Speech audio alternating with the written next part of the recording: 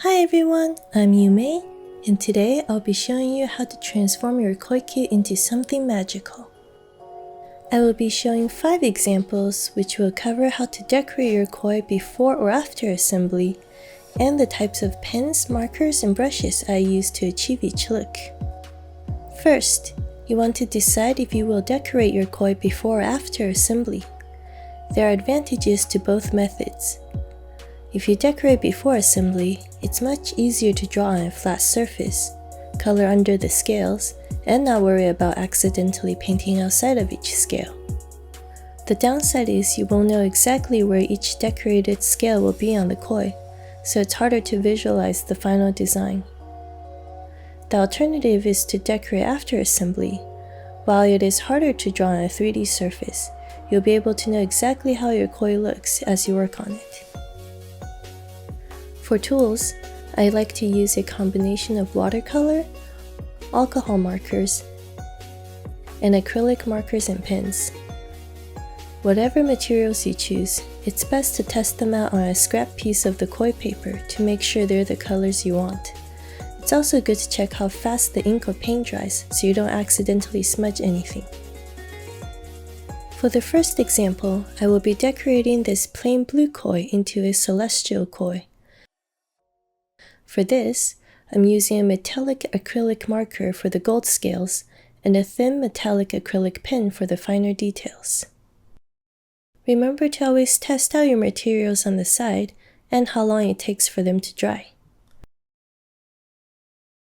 I start out by coloring in the gold scales. Don't worry about coloring outside of the lines. Once you pop the pieces out of the sheets, they won't matter. Since I'm not going for a very specific pattern, I can choose these by random. Even though these gold scales are chosen at random, I do favor coloring the middle section of each row. This is because once assembled, the middle will become the top half of the koi, and I want the pattern to be more prominent on the back than the belly of the koi, similar to how a real koi is patterned. Once the gold scales are done, I change to a gold acrylic pen to add details to the rest of the scales. For this design, I want to highlight the edge of each scale and give them a bit of character with a simple pattern. Like with the gold scales, I give them more details for the center of each row. As I work towards the side, the pattern becomes more simplified. This way, when the koi is assembled, the belly has less patterns. You can see this design choice in many of my other decorated koi. With that concept in mind, I fill in the rest of the scales.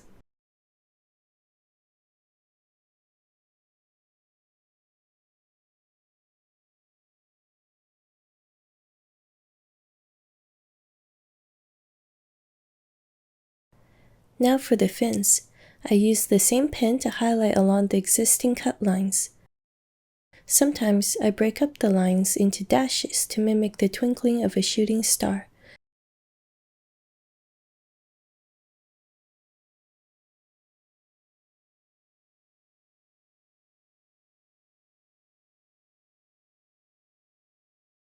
Don't forget to flip your paper over and color the other side of the fins.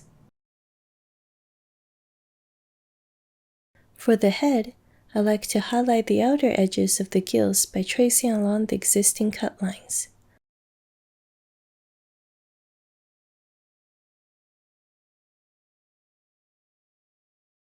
And giving the koi a bit of an eyeliner. For the final touch, I use a silver acrylic pen to give some additional details to the gold scales. For these, I chose a different pattern than what's on the blue scales.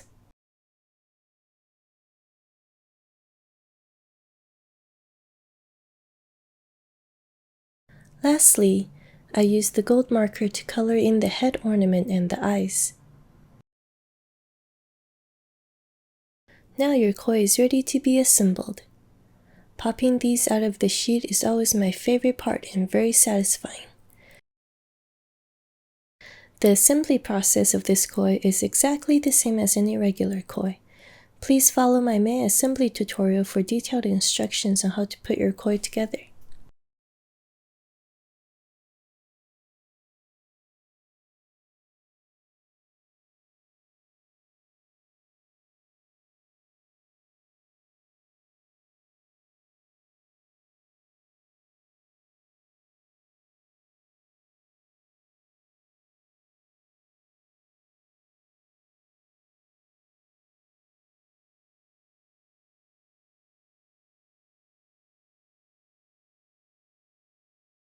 And just like that, your koi is complete.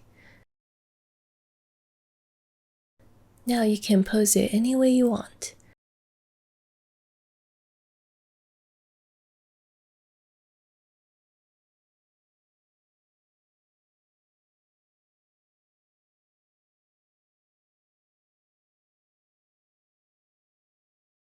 For the extra magical touch, you can curve the fins to make it flow as if your koi is swimming.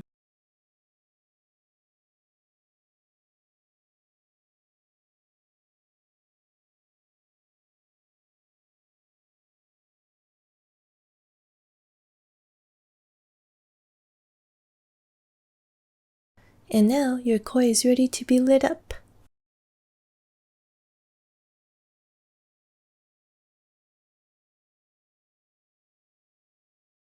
For our next example, I'll be decorating this pre-assembled white koi. The inspiration for this koi is from patterns found in Chinese porcelain. Since the koi is already assembled, I can easily decide exactly where I want each scale to be decorated and how the patterns connect from scale to scale. For the blue scales, I'm using watercolor with a small brush. This soft brush allows me to get under each scale and color the parts that a stiff marker can't reach. When using watercolor, be careful not to use too much water. Only dab a small amount of water to get your brush wet so you can carry the pigments, and always remember to test this out on a scrap piece of koi paper first.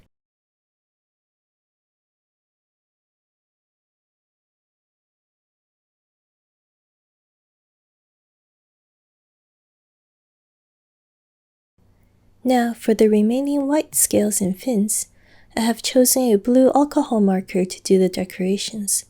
The marker is easier to control than a brush, so it's a good choice for adding a swirly pattern. Since the koi is already assembled, I can connect the patterns across the scales to give it a coherent look.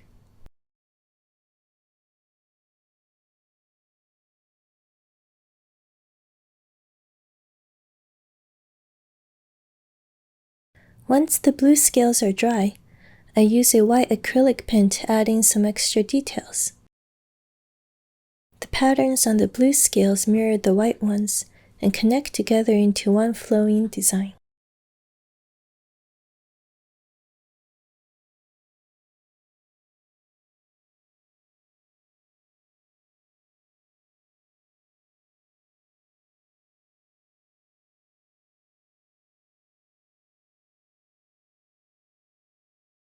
And you're done! Now you know how to decorate your koi before or after assembly, and the different types of tools you can use to color them.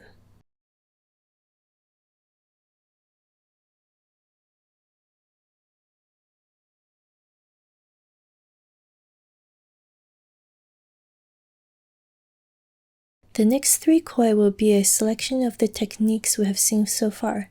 You don't need to watch the rest of this tutorial, but it's good for getting different inspirations. This koi is also inspired by Chinese porcelain, but with a different theme. This time, I want each scale to look like water ripples. I begin by using watercolor for the scales. Like with the celestial koi, I make sure the center of each row of scales has more details. Here, they are darker in color than the sides. Note that I have also left each scale white around the edges. This way, when the koi is assembled, there is a nice contrast between each scale.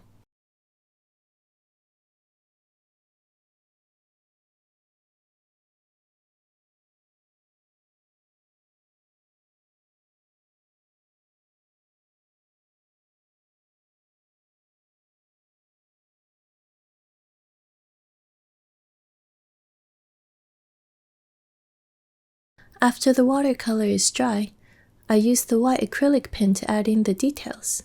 This time, the design is simple circles mimicking water ripples.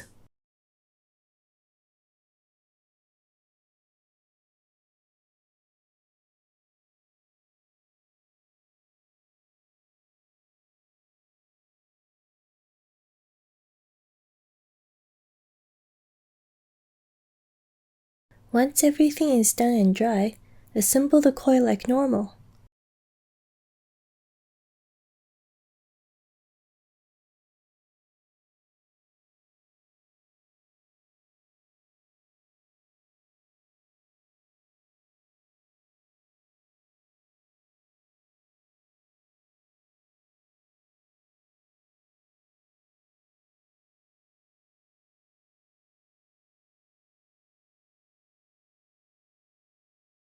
Voila! And now we have a koi that looks like it's made of porcelain.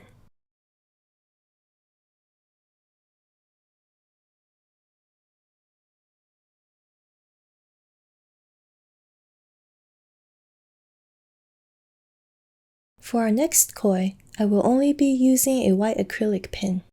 It's fun to use lots of different paints and markers, but sometimes simplicity can be beautiful.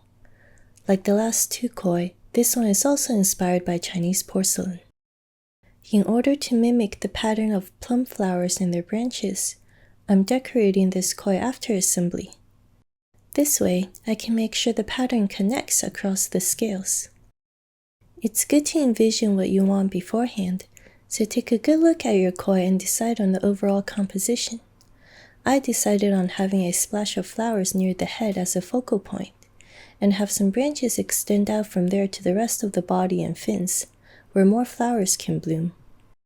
I varied the size and design of the flowers, some taking up an entire scale, some much smaller, some are hollow, and some are filled out.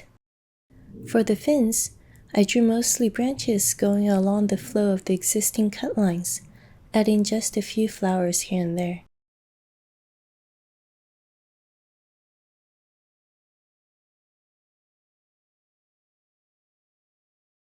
And that's it.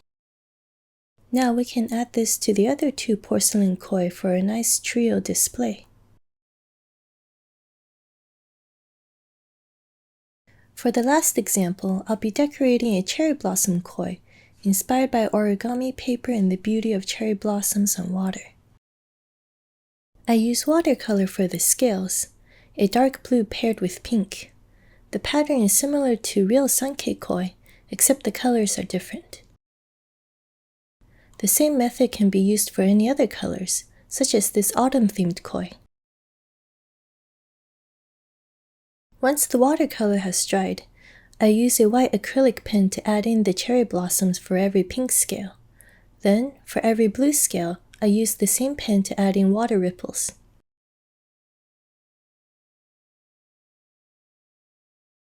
I color in the head ornament the same way, making sure to add more pink pigments around the edges to give it extra contrast. For the eyes, I chose the same blue as the scales.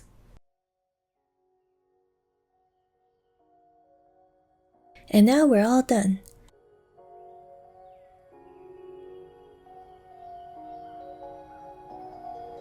And this newly painted koi can swim with the rest of the school. I hope you have enjoyed my examples. For even more inspiration, here are some amazing koi decorated by the super creative community on our Discord.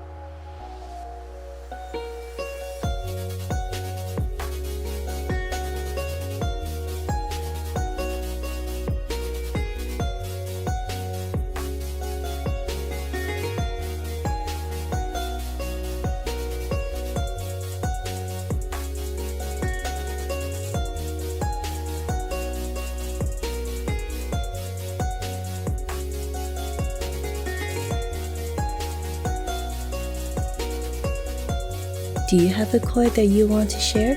Join us here. And that's all for this tutorial. Have fun with your koi. The possibilities are as endless as your imagination.